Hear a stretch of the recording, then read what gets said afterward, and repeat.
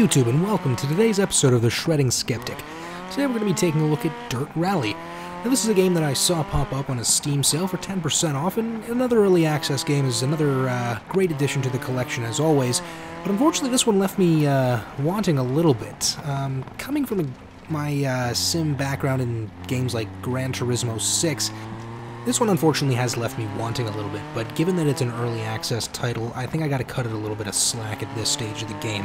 Given that Project Cars is going to be released in 2 days, I knew I just had to get this review out there, because I know as soon as I sink my teeth into that one, there's probably going to be no going back. As far as I understand, it doesn't have a large rally component, so I thought, you know what, why don't I just pick up this game, maybe it can fill in that niche. But unfortunately, in this game, the controls are just so muddy and sluggish, it's next to impossible to do, well, really anything. I guess I never really thought before about how much really goes into the fine-tuning of the control of the wheel. Now, I figured, well, you know, it's an early access release. Maybe they didn't have a patch in place for the G27, but you know what, if you just go to the options screen and keep hitting enter, you're going to basically reach a presets thing, and the first thing that pops up is the Logitech G27, so I know they had it in mind.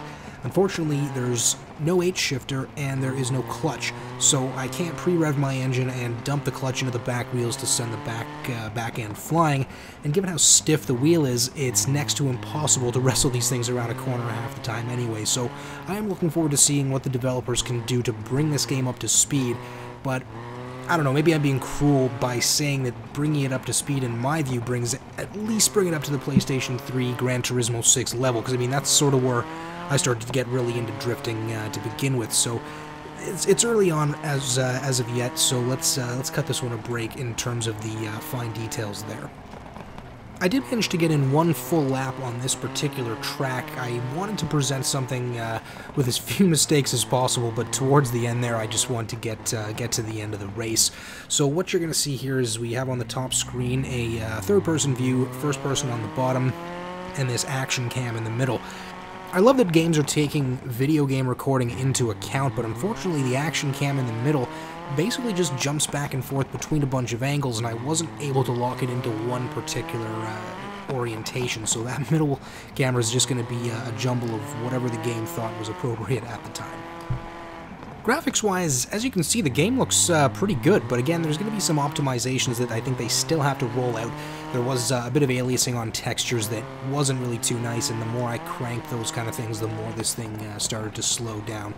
Outside of the issues with the sluggish controls, which really only compounded the problem of the physics, getting into some of these turns and throwing in early really just resulted in me plowing into the inside of the wall, or braking perhaps at the wrong time for this game and just understeering and crashing into the outside wall. So navigating some of these corners is going to be taking a bit of getting used to, but I don't really want to spend a lot of time sinking my teeth into this game with Project Cars coming out, because I find that learning the steering of one game will often throw me off in another game, because each game has its nuances of how it wants to present it, and I think Project Cars has spent enough time getting that gameplay to the level that we expect. I mean, they had this Stig on board, and he hates racing games, and I bet you he would hate this one too. So I'm really looking forward to seeing that one come out, and we're hopefully going to have another video up for that one for the end of the week. I'm going to get right on that the moment it comes out. What is it that this game does right? Well, to be honest with you, a lot of things, but a lot of things that you could obviously find in games, and unfortunately for this game, at this stage, games that were out at least 10 years ago.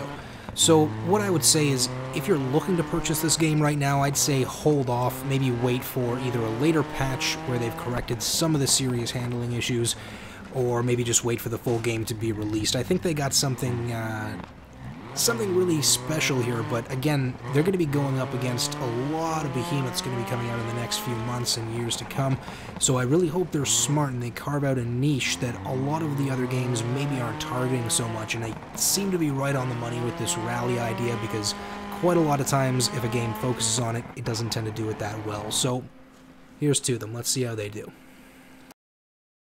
One of the ideas that I would like to discuss in this video was something that I saw on the Alloy 7 feed, where he presented the question of, do games need a story?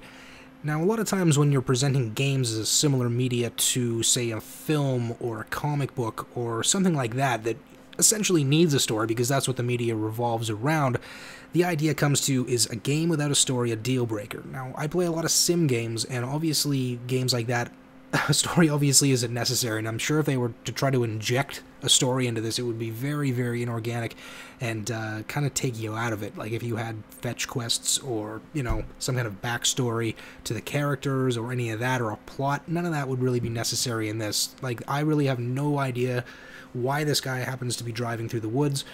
I just like that I can participate in it. There are some games that I think do require a good story. Games like adventure games, for example. I think because there is a strong narrative associated with the gameplay, if you don't really have a good story behind it, there's not really a lot of incentive for the player to want to continue. And if your primary motivation is to find out what happens later in the story, a player may be more willing to put up with tedious fetch quests or silly puzzles. And you know what, if the puzzles are good, then all the better. So is there an easy answer to games needing stories? Well, I think it would largely depend on who you ask.